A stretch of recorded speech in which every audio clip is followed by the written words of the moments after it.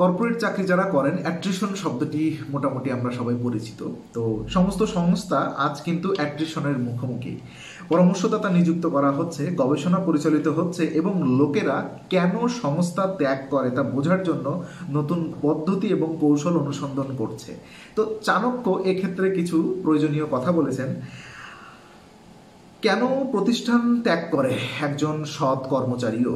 তো লোকেরা প্রথম যে কারণটির কথা মনে করে তা হলো উচ্চ বেতনের কারণে, অর্থাৎ অন্য প্রতিষ্ঠানে উচ্চ বেতন দিচ্ছে, আমার প্রতিষ্ঠানে দিচ্ছে না, এটাই প্রধান কারণ হিসাবে সবাই কল্পনা করে। আসলে যাই হোক, এটি স্পষ্টভাবে দেখা যায় যে টাকা বা উচ্চতার বেতন একাই অ্যাট্রিশনের হার হ্রাস করতে পারে না। চাণক্য কিছুটা বিস্তারিত বলেছেন এই ব্যাপারে। যেমন উনি বলেছেন দ্য ইমিডিয়েট বস, অর্থাৎ আপনার যিনি ইমিডিয়েট বস সে তার বিহেভিয়ার কতটা।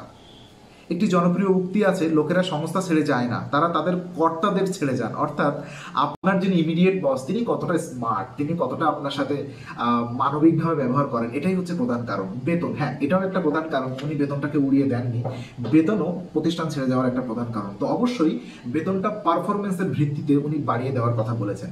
সুরক্ষা, তো সুরক্ষার সংজ্ঞা বিভিন্ন ক্ষেত্রে বিভিন্ন রকম হয়। যেমন আর্থিক সুরক্ষা একটা ব্যাপার, মানসিক সুরক্ষা এবং সঠিক সময়ে সঠিক জায়গায় থাকার অনুভূতি, এই ব্যাপারগুলোকে উনি বলেছেন। শুধুমাত্র বেতন অ্যাট্রিশনের জন্য দায়ী নয়।